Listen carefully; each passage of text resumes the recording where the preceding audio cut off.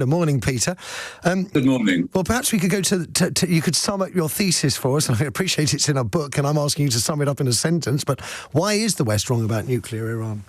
The book was written about 12 years ago, and what I was stating in this book is that the claims by Benjamin Netanyahu, the Israeli leader who's wanted basically to bomb Iran out of existence for about 30 years, he's persistently made the claim that Iran is building a nuclear weapons program.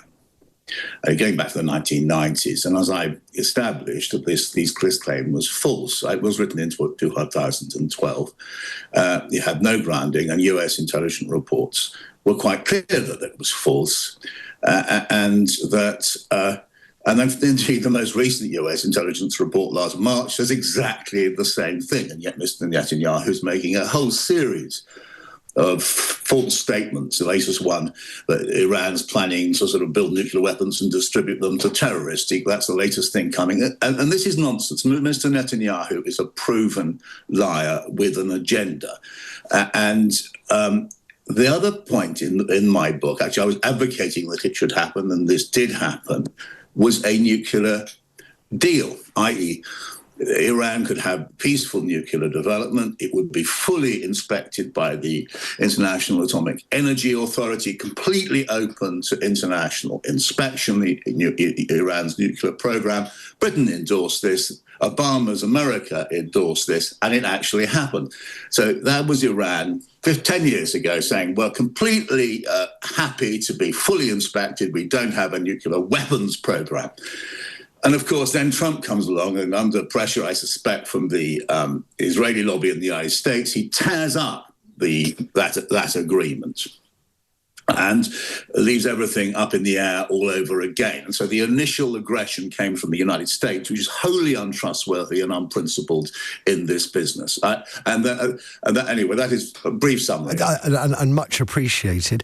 Now then, let's go to the overarching question of this hour. What role should Britain take? Should we get involved? Yesterday we were told we weren't involved. Today we learned that our jets are moving to defend British interests, whatever they may be. What do you interpret from that?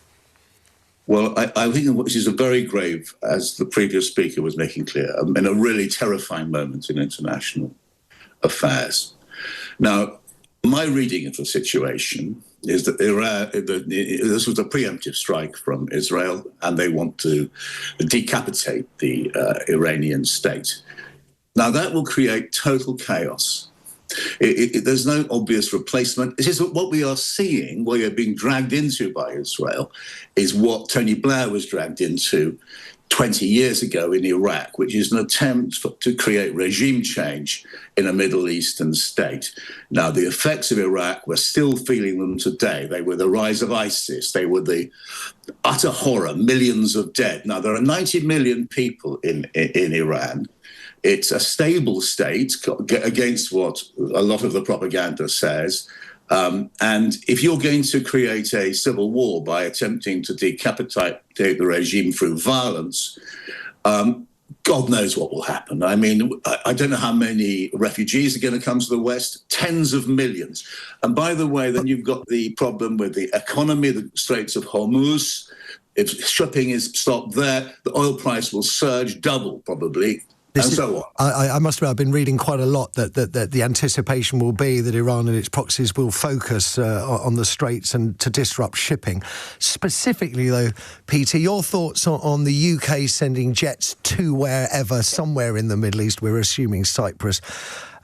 Should we be doing that? Is that the right thing to do? I mean, Well, let us remind ourselves that we don't know what Britain's been doing with that Al-Takriti base in Cyprus. We've certainly been helping Israel in its destruction of Gaza, overflights, supply of arms, supply of materials, and now we're using that base to get involved in something I think Starmer's totally out of his depth, by the way. He's not a serious figure in this field. The Britain is now going to allow itself to get sucked in to an aggressive war against Iran, creating chaos across the Middle East, turbulence across the globe, and mass migration, by the way, into Europe and Britain. And I think I would like to have seen Keir Starmer condemn the Israeli aggression in Iran, just as I'd like to have seen him being much tougher over let's not forget Gaza.